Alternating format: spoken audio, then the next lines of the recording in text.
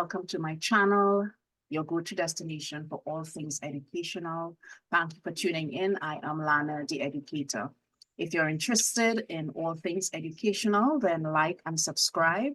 If you're a student striving for success, a dedicated teacher shaping young minds, a paraprofessional making a difference, or an administrator leading the way, this channel is your place for inspiration, insights, and invaluable resources. If you're a first-time listener on this channel, welcome. Join me as I explore the latest educational trends, tackle pressing issues facing the education sector, and share stories of triumph and innovation from around the globe. Today on Teachers Have Issues, yes, we have Mrs. Gabriella Rodriguez, former principal and teacher. Welcome, Mrs. Rodriguez, and thank you for joining me today. Thank you very much for having me as your guest. It's my pleasure. Can you tell us a bit about your background and yourself? Well, I retired as a principal in 2010, so that's some time ago. And my educational background includes having my DPED, the usual thing that secondary teachers have. But I did management training with IOB. And then I was selected for further training with a consortium of universities, McGill, Montreal. And when that was finished, I completed training with one course at Andrews and then 3 courses at USC in order to complete the master's qualification. But the bulk of my training was with Montreal and the Canadian universities contracted by the government. Okay, and what schools did you work at? As an administrator, I worked at Rio Claro East. So I had one school, and in the course of working, we moved to a new site. So I was in an old school, and then I was in a brand new school, a newly built school. So tell us, how many years did you serve as a principal? I believe I was trying to count it back. I think it might have been about 5, or roughly 5 years that I served as a principal. And you have the unique experience of coming out of retirement to teach again, and we're going to talk about that a little bit. But first, can you tell us your journey to becoming a secondary school principal? Were you a teacher before that and you used the usual route of, moving through seniority, or did you just go in as a principal at that school? I moved up the seniority line. Actually, I started teaching when I was about 17 years old in a little primary school in Georgetown, Guyana. And then I came across to Trinidad and I taught in private secondary school. And then after I did my degree, I entered Rio Claro West. It is called Rio Claro West now. And then they eventually built Rio Claro East, and I worked in Rio Claro East. So the bulk of my secondary government experience has been in the Southeast, in Rio Claro East and Rio Claro West. And I also, I forgot to mention that I did about 7 or 8 years in Mayaro Composite. It was then Mayaro Composite. It's called Mayaro Secondary now. Okay, thanks. So you have the unique experience of working in the education sector in Guyana and then coming across to Trinidad. Is there cultural or social dynamics that you think you would like to share that happened if you're comparing those two education systems? In Guyana, I taught in primary school. Okay. In Trinidad, I always taught in secondary schools, private secondary or government secondary. I was very young at the time teaching in a primary school, and the conditions were terrible. And well, in the year I spent there, I was able to raise funds for the repainting of the whole primary section and refurbishing of benches and so on with my youth group. Okay. So I did a kind of social service, and I loved the children. The classes were huge, like 60. And Guyana also had a culture of corporal punishment, which I did not enjoy at all. I hated it, right? So there was a lot of many positives because I love the children, you know, I wanted to teach them and so on. I was a very junior member of staff with no clout at all. And, but I love the children and I was glad to be there, but I hated the corporal punishment. I didn't like it at all. And then in moving to Trinidad to secondary school, was there a culture shock in terms of, you know, the children and not just the level, but the culture of education here? I found that in Trinidad, the system was a friendlier one, a more relaxed one. And because I think Trinidadians generally are very relaxed people and very friendly people, very outgoing, very welcoming. And I came at a time when Trinidad did not have all of the crime problems that it has.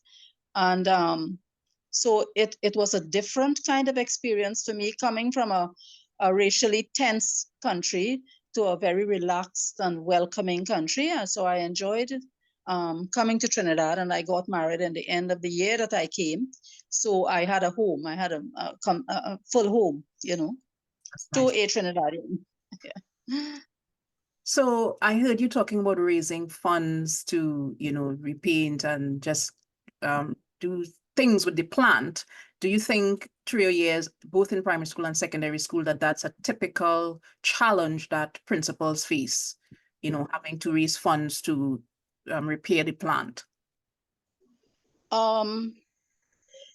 In some schools, I think that might be the case.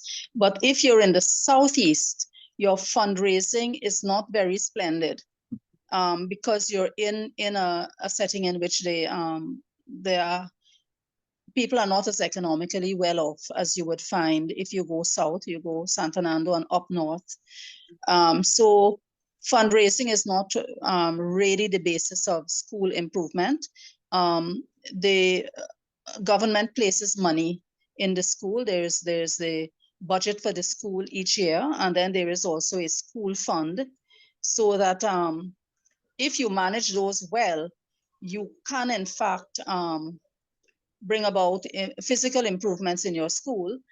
And for example, in my time, I found that the washrooms were very dreary in my school, and I got them painted over beautifully, really, really nicely done in colors that the students would love. And I also did it as an effort to raise self-concept that, okay, you've got to go to washroom, you're going to use the washrooms all the time, but you must have a beautiful washroom. Okay. So I made nice washrooms for the students. I think also I was in an area in which a number of people would be accustomed to outhouses. Mm. And I felt that you needed to give them an experience of a proper washroom as part of the educational process. Okay.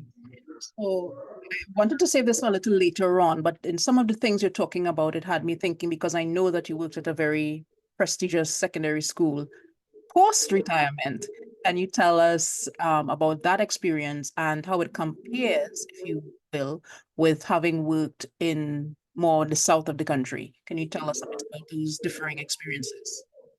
Well, if you were to complain, my school was a SEM school. It was well painted, well furnished. In fact, we had so many tables that big tables, I was able to distribute tables to schools in the area. We had so many. And I was able to share furniture because we had just had too much. And so we were well equipped with computers. We eventually got a state-of-the-art language lab, very expensive, with headphones and the ability to speak to your lecturer. We also got a science room, which was well equipped, fully computerized. And so we got things. Part of it was because I was adventurous in my spending.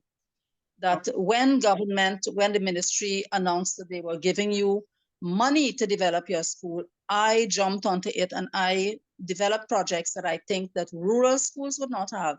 So we had an excellent science room. We had an excellent language lab.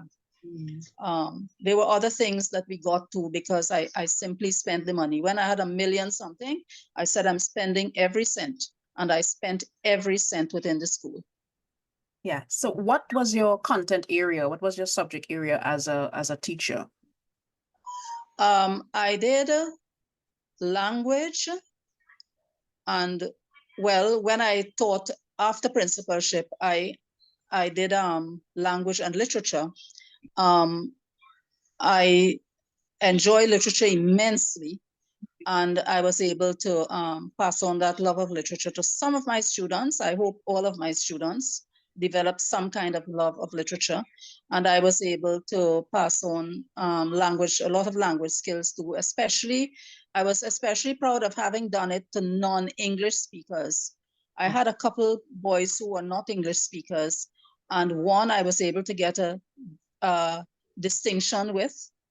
And in my literature, I got a number of distinctions in the literature as well, because I think I was able to pass on the love of literature without giving notes.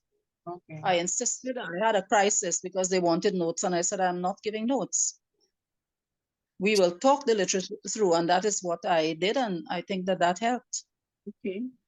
Sounds like a lot of innovation on your end. Can you talk me through a typical day in the life of what it was like for you as a principal?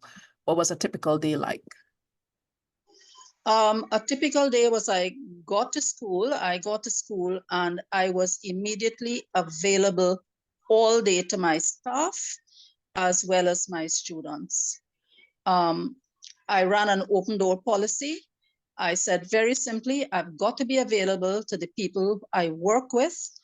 And I made it very clear to them that I am not the boss. I work for the boss.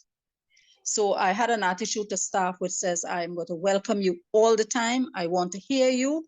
I want to give you time. If a member of staff came to me, I stopped what I was doing and gave my whole attention. If for some reason a child needed to speak to me, I did the same thing. Of course, what that meant was that I could not write up the log before 2:30, so that I would leave my school about 5 o'clock, and I could not see myself leaving before 5. Sometimes I stayed as late as 6 in order to get my own work done, because my work was heavy work.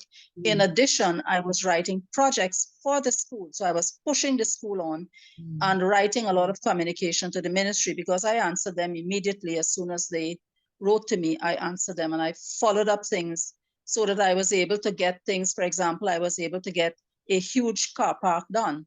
I got a car park for the staff. There was parking, but there wasn't enough parking. But that requires a lot of writing. And then, of course, we got a cricket pitch, and then I got a solar system put into the school because I felt that solar energy was something that they needed to do. So there were a lot of things that required me to write. Even the spending of government money for the special projects that they give required me to be writing and to be encouraging staff to write too. So just telling them it's possible. If this is what you want to do, it's possible. It came out of a deep respect, and which I still have, for the ability of the teacher. I find sometimes that teachers want to do things, and administration needs to realize that it has to facilitate what the teacher wants to do. You make it possible. Yeah, so it sounds like I'm hearing a lot of incentive for the staff to work for you because you're working for them.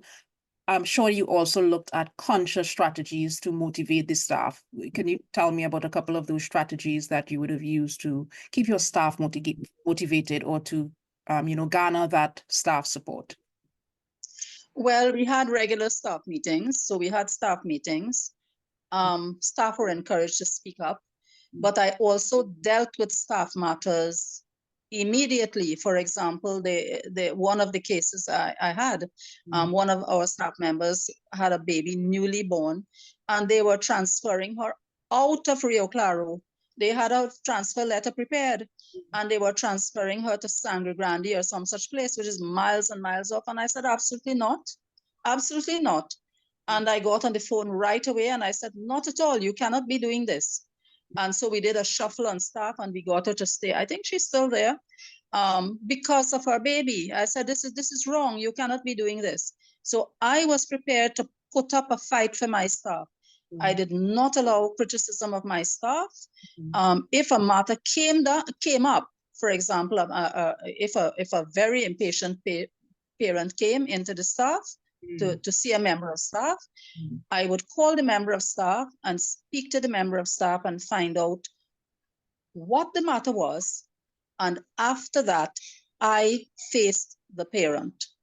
I did not allow a meeting in which a teacher would be speeched off and a lot of hostility and all that. I protected my staff, and I protected to the extent that in one instance I heard of a budding scandal, and I called my safety officer right away, and I called a witness. Yeah.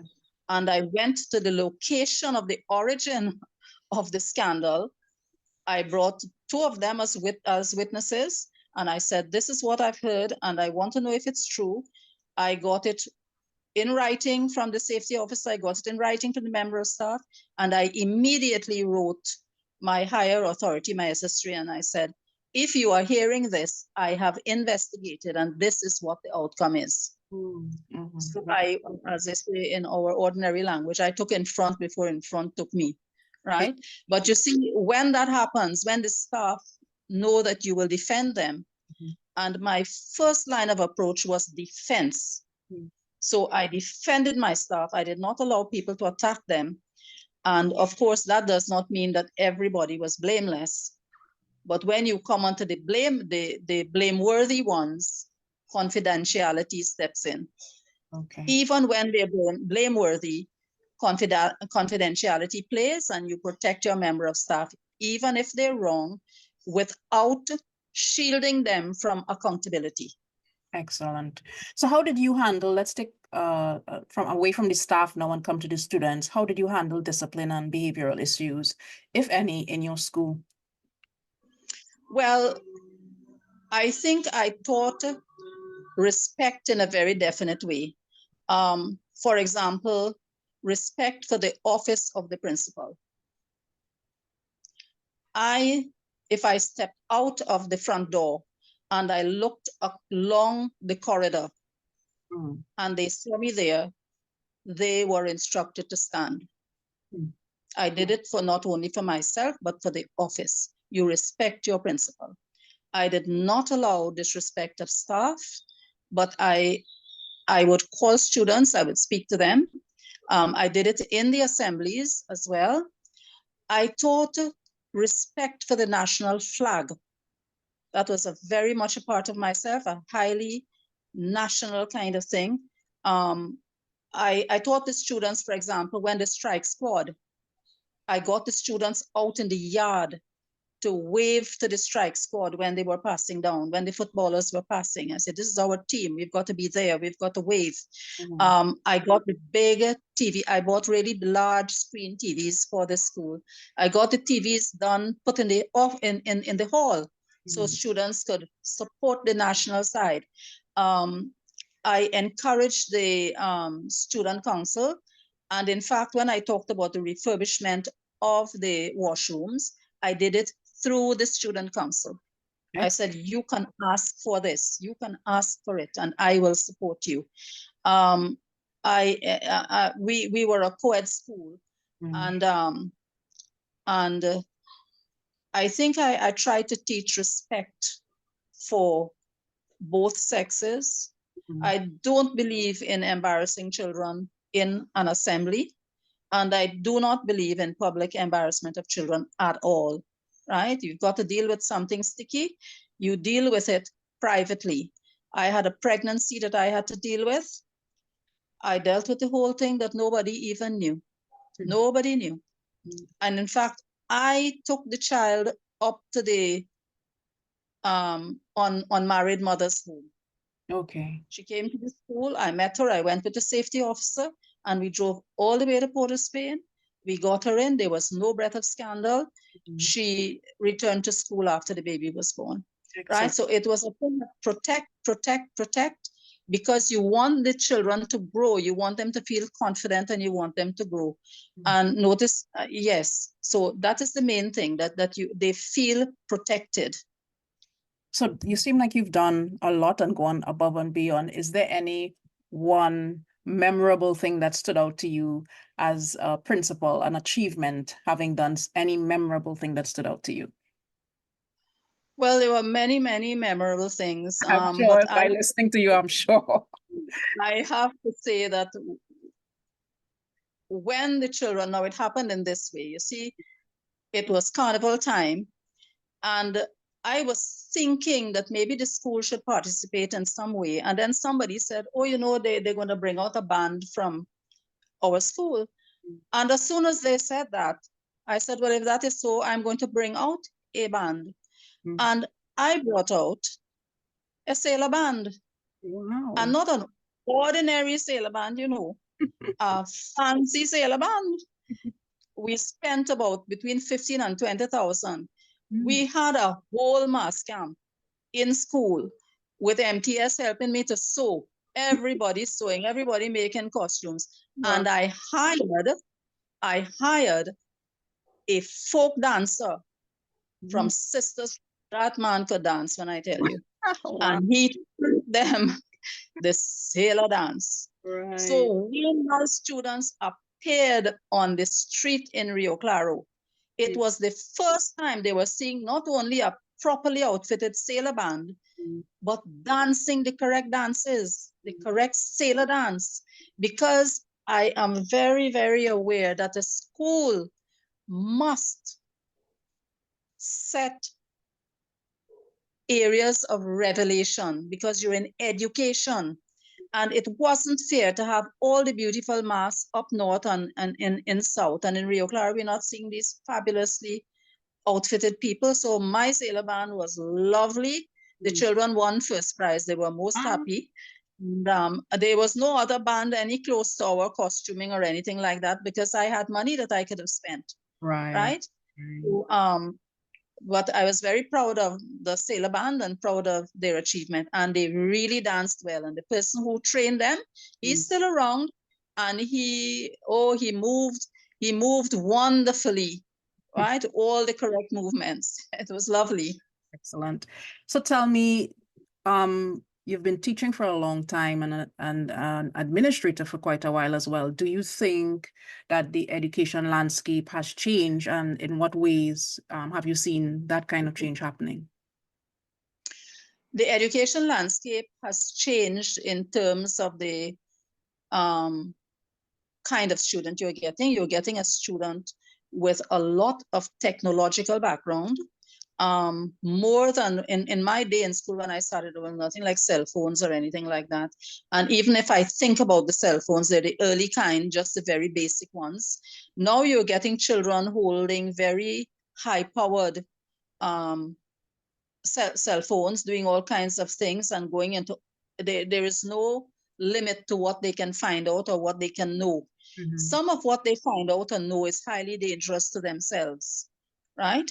And the educator has got to tread very gently, because children resent very quickly. They resent your establishing limits. So rather than limits, I think that we need to establish alternatives so that the child can make a choice.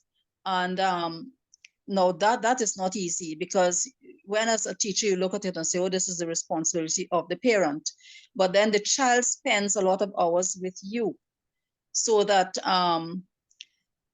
it is a challenge, because it's one that you need to face and you need to do, because education is your job.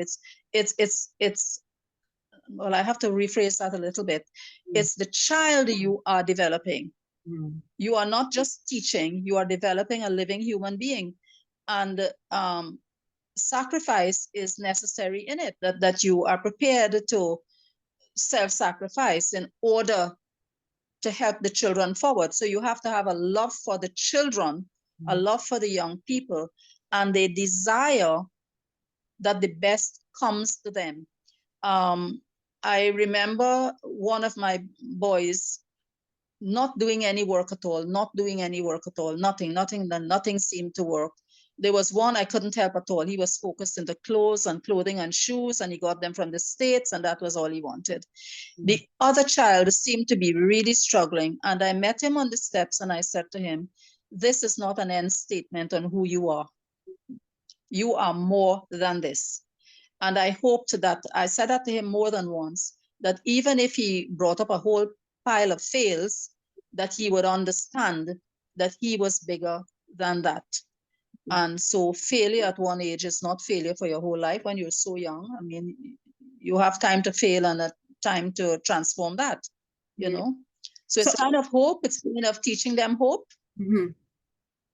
Yes, I think you're leading right into my next question there with hope in terms of how can educators and teachers support their students in the region, in the Caribbean. What can we do to support our students? I would say it's coming directly out of my background, understanding themselves as belonging to a certain country, that you're not going to aspire, oh, I'll go up to the States and then I will define my personality there. No, you are Trinidadian. And that you need to define yourself as a particular kind of Trinidadian, not a Vincentian, not a Dominican, not a Guyanese, not anything, as a Trinidadian. For me, that required extra effort because I was not born a Trinidadian. I was born a Guyanese, and not only born a Guyanese, but born a bush Guyanese, that is from the very depths of the jungle, so that I had a lot of transforming to do. And when I came to Trinidad and I married a Trinidadian, I have always felt so keenly about national development that I gave up my Guyanese citizenship. So I felt that if you were going to develop children in Trinidad, that you needed to develop a Trinidad culture. That is why we played mass, we looked at the football, we did as many things as we could. I got the TV on so they could look at certain shows, and I encouraged what was Trinidadian.